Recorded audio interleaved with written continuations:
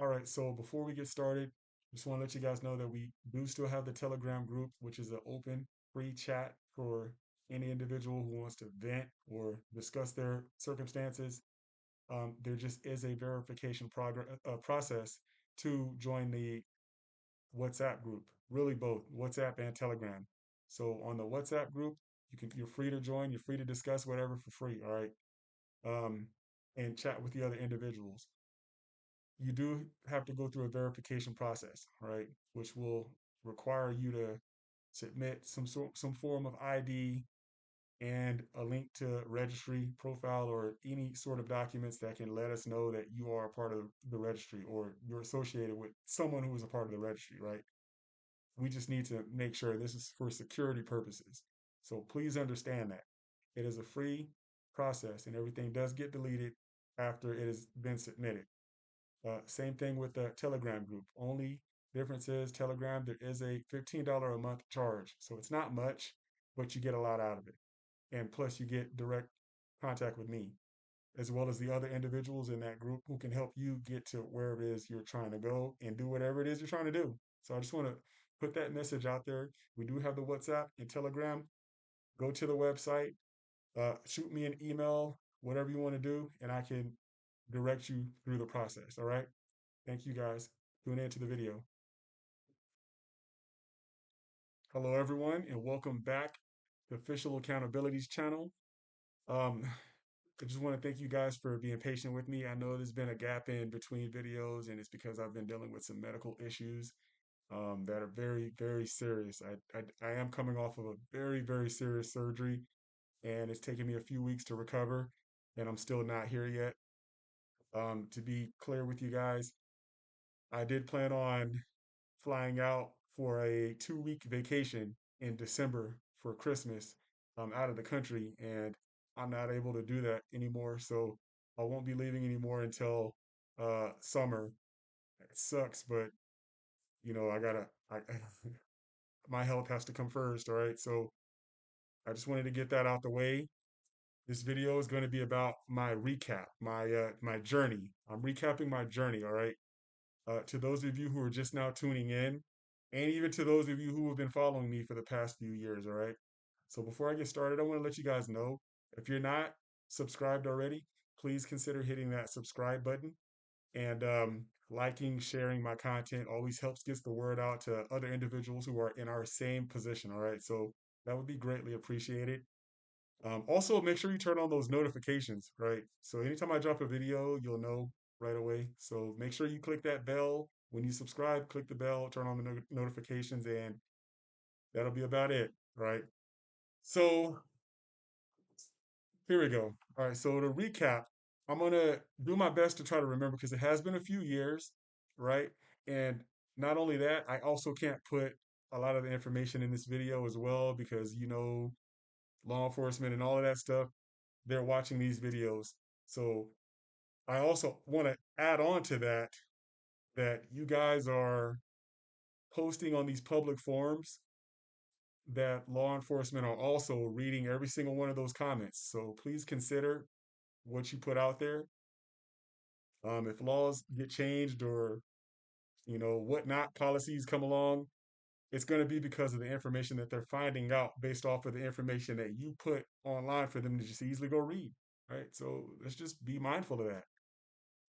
So to get started, February of 2022, right? This is when I first left the United States. To be more specific, I was currently living in Kyle, Texas, just south of Austin, Texas, right? So a few months before that, I had gotten an email from Mary Sue Ellen. I believe that's her name. She does Texas Voices, and I believe she has a son who's currently incarcerated for a sexual related offense. And this individual here, well, Mary, that I'm speaking about, she informed me that the city that I was currently residing in was coming up with new laws and new, um, I guess, city ordinances for people who were on the registry, right? It went from being strangled to, okay, now we're going to strangle you even tighter, right? The ordinances that they tried to pass were can't be within 1,000 feet of a school, can't live here, can't live there, can't do Halloween, can't put up Christmas decorations. It was a lot, right? And I just said, well, that pretty much takes me away from being a father for my kids, because my kids were living with me at the time. You know,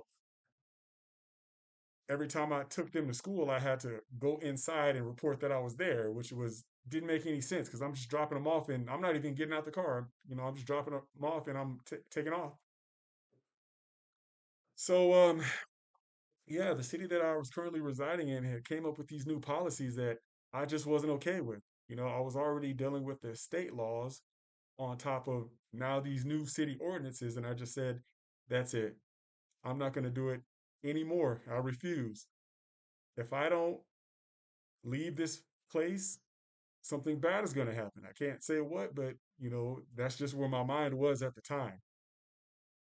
I made it a point to rent my house out and do my out processing, my 21-day notice, in which they were very difficult about, right? The officer that I did my out processing with was very unknowledgeable. He didn't know what the hell a 21-day notice was until I went in and he had to figure out a lot of that information from the US Marshal's office his damn self. He didn't even know. It was like I knew more than him, you know. And come to find out, the cop who's enforcing these same policies, um, he's enforcing policies that he wasn't even knowledgeable about, right? So he's wanting to arrest me for not telling him about information that I was not required to tell him, and I wasn't going to, right? So I just said I need to leave, and that's exactly what I did. I rented my house out. I did my 21-day notice, and I booked a flight to Germany, Frankfurt, Germany, to be specific. Now, the route that I had to go was from Austin, Texas to New York. Um, from New York, I landed in Lisbon, Portugal, where I didn't get any hassle at all, right? Um, I got my first stamp, and I don't know if it's because that's the first Schengen country that you enter into, but I got my first stamp in Lisbon, Portugal. They were actually very, very awesome. All right. From Lisbon, Portugal, I took a flight to the very next morning, which was that same morning. It was about, I believe, 7 or 8 in the morning. I landed in Madrid, Spain. When I landed in Madrid, Spain, they were actually very peaceful. All right. The only thing intimidating about the airport in Madrid, Spain was the military. All right. They got armed guards walking around with AK-47s. Just, it was very intimidating. I couldn't get video of that because of that. I didn't want to piss anyone off or raise any suspicion or make them think I'm guilty or anything. I didn't want to do it. So I opted out not to, right? I landed in Frankfurt, Germany the same day. When I got to Germany, um, I'm thinking it's over because I had already landed in Europe, right? I'm outside of the US, so if they were going to stop me for any reason, they might have stopped me in Lisbon, Portugal. Could not have been further from the case, right? When I landed in Frankfurt, Germany, post landing into these two other European countries, there were two German officers right there waiting for me to get off the plane. They were standing right there outside of the gate. They pulled me to the side and they informed me that the US had sent them a notification about me, right? It had my mugshot, my information on it. They knew everything about me prior to me even landing in Germany, which I kind of expected after watching some of the videos and reading some of the forums about what some of the other individuals were dealing with regarding the IML and stuff. So I kind of expected it. I just didn't expect it in Germany, right?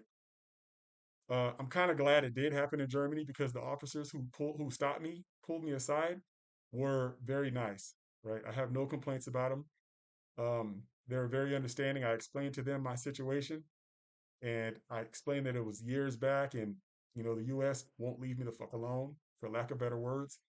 They understood. They actually guided me downstairs through immigration where my passport was, where I handed my passport and all of that. They walked me straight downstairs to get into a taxi. And this is where I sat and waited and made that first video. So from there, I checked into my hotel. When I got to my hotel, I just thought, what am I doing? Like, what's my plan? I don't know where I'm gonna be now, where I'm gonna go. I don't know what I'm gonna do. I literally didn't have a plan outside of just leaving the US and escaping all this bullshit. I got sick and tired of it.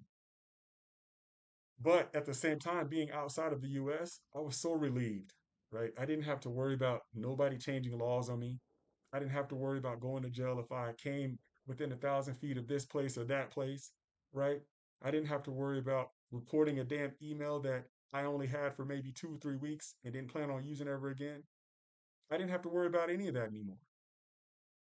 It became apparent that my freedom was restored to me based off of my decision to leave that place behind. And I have no regrets, right? When uh, after I made it to my hotel, I went to get a phone. I got a different SIM card, and um, things were just working out for me. Every day I saved up money, and not only that, I was also working online, so I had an income. I didn't have to worry about money at all. I was good. I'm still good, to be honest with you. Um, when I decided to leave Germany, I decided to go to Romania, Bucharest, Romania, to be exact. As I'm on the plane, I'm thinking when I touch down in Bucharest, Romania, there are going to be Romanian cops there waiting on me to get off the plane, and it's going to be this bullshit all over again. That's what I'm thinking. So I'm like, well, let me do that video and, just kind of document my travel with that and make sure, just to let you guys know what's going on, right? So I made that video from Germany to Romania after the IML, right? I'm on the plane and I'm freaking out thinking, man, they're going to be there waiting on me when I get off the plane. And that wasn't the case. I got off the plane. I went straight through immigrations, customs, nothing to declare, since Romania at the time was not a part of the Schengen area. So I was leaving the Schengen area, flying to Bucharest, Romania. I went through customs and everything went smooth. I didn't have any issues or nothing. I checked into my hotel. I got a cab, which was like 40 minutes away from the airport. It's ridiculous long, but cannot complain at all. I got to my hotel, checked in, dropped my bags off, and I went to go find something to eat. Um, I got online. I started chatting with other people who were in the area, and I met a lot of people in Romania at that time. Now, I got to take this time right here to pause for a second, all right? Because there's an individual who's in my group right now by the name of Sunny, and I appreciate you, bro. I appreciate you. I wish at the time that I was in Romania that I knew about Sunny. I wish I did. This guy is awesome, all right? I would have stayed in Romania had I met him when I landed there. So he's in my group right now.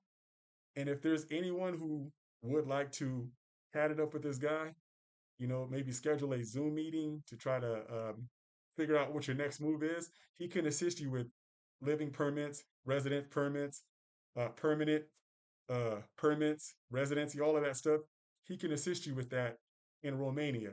And since now Romania is a part of the Schengen area, he will be very helpful for that. Um, he's currently living in another Asian country right now as we speak. So I don't know if he wants me to put that information out, but definitely reach out. I'll link you guys up and we will go from there. All right. So, anyways, I did land in Bucharest, Romania, where this was before the war between Ukraine and Russia had broken out. There was a lady friend that I knew when I was there. I was spending a lot of time with her, and I actually told her that if Russia steps foot anywhere near Romania, I gotta leave. And she understood this is not my country. That's not my war. I have no parts of that. I don't want to be stranded over there because airports can't fly in and out of the country. Airplanes can't fly in and out of the country anymore. I didn't want to do that. So I informed her that, and she understood. And ironically, the very next day after I said that, Russia started invading Ukraine. They're wanting to go through Bulgaria, which was right there as well. They're making arrangements to go through Romania and to go through Poland, and then Poland is a part of NATO. It was just a big ass mess, right? I said, I gotta go. The very next day, I booked a ticket to Seville, Spain. This was an amazing decision on my behalf, right? When I got to Seville, Spain, I met individuals that were awesome, right? Well, first of all, let me backtrack because when I left Bucharest, Romania to land in Sevilla, Spain, I went through the immigrations again. Mind you, since Romania at the time was not a part of the Schengen area, right? So I had to come back into the Schengen area and go through that process all over again. I didn't get any notifications sent. Um, I'm not sure if they had me in their system or whatnot, but I flew straight from Bucharest straight into Spain and I was okay. I actually stayed in a hostel when I got to Seville, Spain. I had looked it up online, and some guys were telling me that, yeah, you meet other individuals who are like-minded, other individuals who just want to travel, and meet other individuals who want to do the same thing. And I said, you know what, let me book it. So I was reading the reviews on some of these hostels, and I didn't like a lot of them. A lot of them were messy, dirty, and just had bad reviews, roach infested and stuff like that. And but this one had a lot of good reviews. It was more on the cost of a hotel side, but it was okay. I was okay with it. I think I paid like $50 a night, if I'm not mistaken, 50 euros a night, if I'm not mistaken, which you can get hotels for that in in Spain. I decided to stay in a hostel to meet people, and this was a very nice hostel. All right, I met a guy there by the name of Mohammed. This is Mohammed. This guy is awesome, right? When I first got there, I was kind of giving him a hard time because he's from Dubai. The guy spoke really good English. He spoke Arab. He spoke German. He also spoke a bit of Kenyan, several other Somali languages. Like this guy knew a hell of a lot of languages, and it was like I couldn't tell which language was his primary one. All right, he spoke all of them very well. So I met this guy in Seville, Spain, staying at the hostel with me, and him and I were basically hanging out like damn near every day there. We would go out to eat, we would go to bars, we would go to pubs, we would go to different clubs, meet other individuals, and he would introduce me to other individuals who were in Spain as well. So I met a crazy amount of friends in Spain. Um, this same individual, when we were out eating sushi one night, he asked me, he said, "You want to go to Lisbon, Portugal?" And I'm like, sure, let's do it. I really have a plan at all. So anyway, so it was like, let's do it. Um, not 2 weeks, but 2 days later, we were both on a plane from Seville, Spain to Lisbon, Portugal. I said, hey, man, this is the good life, dude. When we landed in Lisbon, Portugal, we went straight to stay at another hostel. This hostel I was not too fond of, right? This hostel was incredibly loud. There was constantly a party going on downstairs. Um, I couldn't get any peace, quiet. I couldn't edit any videos. I couldn't do anything, right? I decided to abandon my stay at that hostel and get a hotel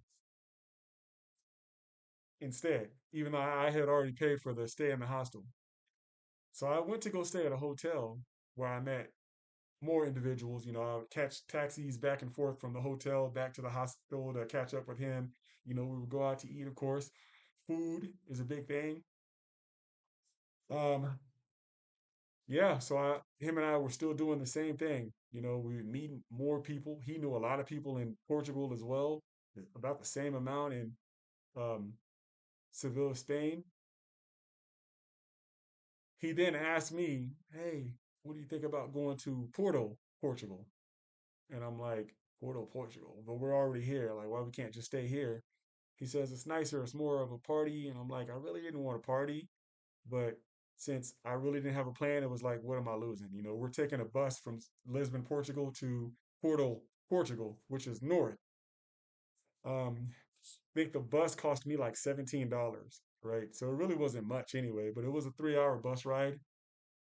We took it straight there, and as we left the bus station, he found out that he had lost his credit and debit cards, so he really couldn't do anything outside of that. In order for him to get that back, he needed to return to Germany, where he was a resident of. So yeah, I I then was on my own, right? So I got online, right, and one night in Porto, Portugal, I got online and I was YouTubing videos, and this video had came up and it said, I think it was from this guy MT Master Teacher or whatever this guy's name, but the video was about how black guys get treated in Poland. Don't ask me how that came up, right? It was just in my feed. No, I didn't go look the video up. It was genuinely in my feed, all right, my YouTube feed. When I clicked it, I watched the video and I was impressed. I'm just thinking like, yeah, okay, they offer a lot of respect over there. All right, let's do it. And plus I'm here in Porto by myself and I'm not doing anything. Um, I really didn't like Porto, Portugal, if I'm being honest. All right, I don't want to offend any Portuguese people or anyone from the country. Just I didn't like that area, so I decided to leave. I took a flight from Porto, Portugal to Warsaw, Poland, and I didn't expect any issues because I'm still in the Schengen area, of course. I landed in the airport and I got, same standard treatment. Went through, checked into my hotel, took my taxi, checked into the hotel, and I was there at a really, really nice hotel, right? It was a really, really nice hotel, but I really wasn't meeting anyone by doing that.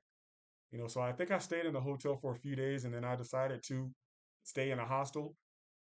Um, when I booked a stay in a hostel, this is when I met more people in Portugal, sorry, Poland, Warsaw, Poland. I met more people in Warsaw, Poland who were traveling as well, people from the US, people who were working online, people from other parts of Europe. Awesome individual, awesome culture. I fell in love with Poland. If I have to recommend a country, it's going to be Poland. Poland is probably my favorite European country of all. I got to say that. All right. It's clean, it's affordable. The people are pretty aggressive, but they're understanding, right? They're advanced as far as technology, Um, yeah, I fell in love with Poland. And I was there during the cold season, right? So strangely enough, when I was meeting people and I actually started talking to a female in Poland, and as I'm talking to her, I'm noticing that I'm having breathing problems. Like I can't speak without taking a deep breath and taking a minute to talk. I'm having to I'm having to you know exhale to get it out, and she's like, "That's not normal. You need to go get looked at." And not only that, um, I was having a lot of pains all over my body and stuff. I couldn't figure out what the hell was going on. So I actually did book a appointment to a clinic. I went in and I explained to them my symptoms, what's going on, how long this has been going on for, and they diagnosed me there. I don't want to put my diagnosis here on video, but they diagnosed me there with a condition that I found out about in Poland. I was told to then return to the US to seek treatment and another opinion, and which did I return to the US to get that treatment? Absolutely not. Um, it was a very irresponsible decision, right? I had no, how can I say this? Um, I mean, it was just very irresponsible, and I should have taken that doctor's advice to return straight to the US, and I didn't. I decided to take my chances of flying into Thailand instead. All right, so I landed in Thailand, and everything went smooth. I got through, I had no issues, but I'm staying in Thailand. Got to my hotel, of course, and I'm going out to the beach. I'm just having fun, and my symptoms are getting worse and more extreme. And this time, it got to the point where after a month of being in Thailand, I didn't have a choice. I had to return to the US and get urgent care, critical care, right? So I landed in Austin, Texas again. And I'm keeping in mind that if I'm there for a certain period of time, they're going to make me register. And that is not something that I ever want to do again. I will not. All right. I went to my doctor, and the doctor second gave me the exact same diagnosis that the doctor in Poland had given me. So it had been confirmed that I had a very serious condition that required attention frequently. I was very sad. I was devastated, all right, because it meant keeping me in the US for longer than I needed to, for longer than I needed to be. I went, got my treatment for that time, and I decided to leave again. I went straight back to Poland, where I went back to that doctor again, and I explained to that doctor what was going on and how I could go about getting treatment in Poland instead of having to stay in the US. Well, that doctor in Poland said, this is going to require long-term care. So unless you can get a visa, a permanent visa to stay here in Poland, um, it's not really feasible. You know, I can give you the medications, I can give you the treatment, but you're going to need long-term treatment. And that's what she told me.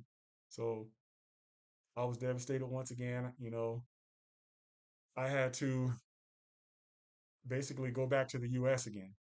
Right. But I didn't at that time because at that time it wasn't really serious. My symptoms had been treated and I wasn't in any pain anymore. I could breathe again. Um, I just said, oh, for now, since I'm outside of the US, I'm going to make the most of it until I absolutely need to go back. Right. Okay, so fast forward. From Poland, I ended up going to Vienna, Austria, which I discovered was really another German country, if I'm being honest. All right. They all speak German there, even though there's cultures from all over the place. I went to Austria. I believe I went back to Germany. Um, I went back to Poland. From Poland, I went back to Thailand again. I enjoyed it. You know, I'm outside of the US, I'm having fun, and then my symptoms come right back in. Probably about the same as the first time I landed in Thailand. I had to leave again. So I took another flight straight back from Thailand, straight back to the US again, and I got my treatment again. Sorry, I got allergies, but yeah, I got my treatment in the US, and then I was right back out again. I booked a flight from from Texas straight back to Warsaw, Poland, and I had no issues getting into Poland all over again. They asked what I was doing there, and I explained to them that I have this condition. I need to get seen by this doctor. I even showed the agent my the address to the doctor there that I'm seeing, and I'm not sure if he called to confirm or not, but I did have to give him all that information, right? So I gave him that. He let me through, and I was fine. I went back again to the same doctor in Poland and got more treatment again, and then I um, returned to Thailand again. So I had been there like three times already. And this time I actually had to come back to the US again for more treatment. So now I'm just flying in and out of the country. It's costing me a hell of a lot too, right? But at that time, I just didn't care as long as I was not on the registry. I didn't care what it was going to cost me, pay double, whatever. So since I was paying all that money, I just thought that, maybe I can, since I'm not required to register anymore, maybe it's none of the US's business where I fly to anymore. So then I had flown from the US straight over to Thailand. And I said it that other video. Yes, it was against my better judgment and I should not have done it. Stop getting on my ass about it. I already know. All right, so I landed in Thailand. And when I landed in Thailand, Thai agents, immigrants, my apologies, Thai immigration was right there waiting for me to get off the plane and they had my mugshot and everything. Absolutely terrible. Pulled me into the office and told me that I was being denied entry into the country. Um, I had to then pay for a flight right back to the US again. I couldn't book a flight anywhere else. I had to come right back to the US. So I flew back into the US.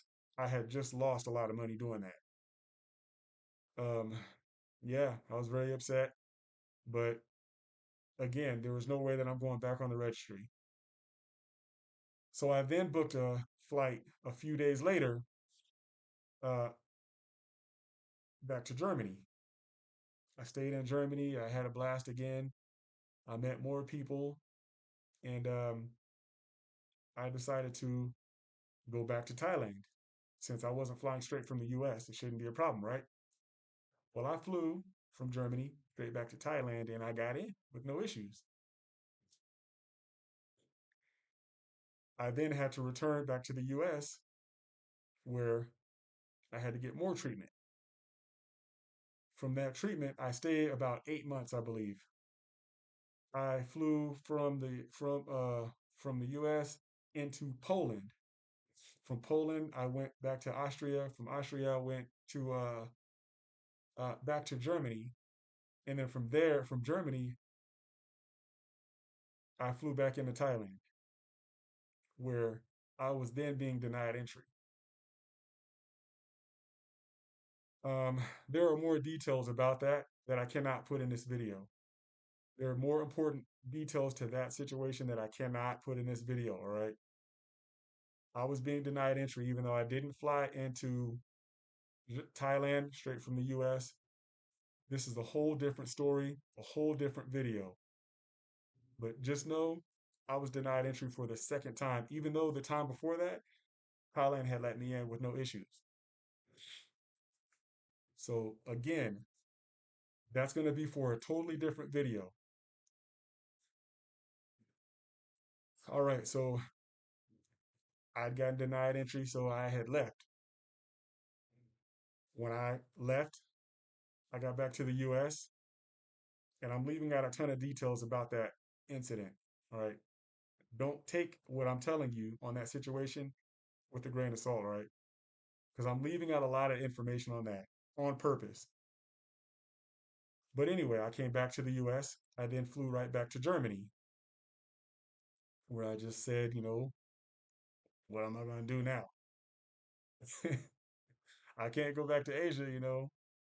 Um, I actually, you know what? Let me back up a little bit. All right. So the third time I had went to Thailand, I had met some individuals in Thailand that said we should go to Indonesia. So I left that part out. I'm gonna go ahead and put that part in there. So I actually went to Indonesia and I stayed there for almost a month, which I met other people there, other travelers, and I loved it.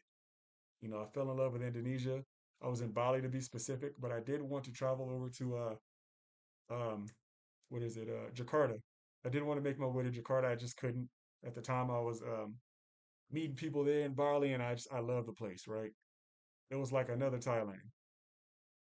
So eventually, I had to leave. What happened was I returned to Thailand from Indonesia, and from Thailand, I then flew back to the U.S. Right, So fast forward, after I had gotten denied from Thailand the second time, I decided to make my way into other licensed areas of the world.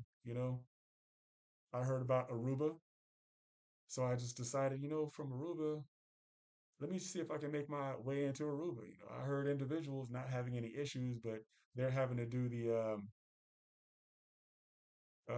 passenger embarkment.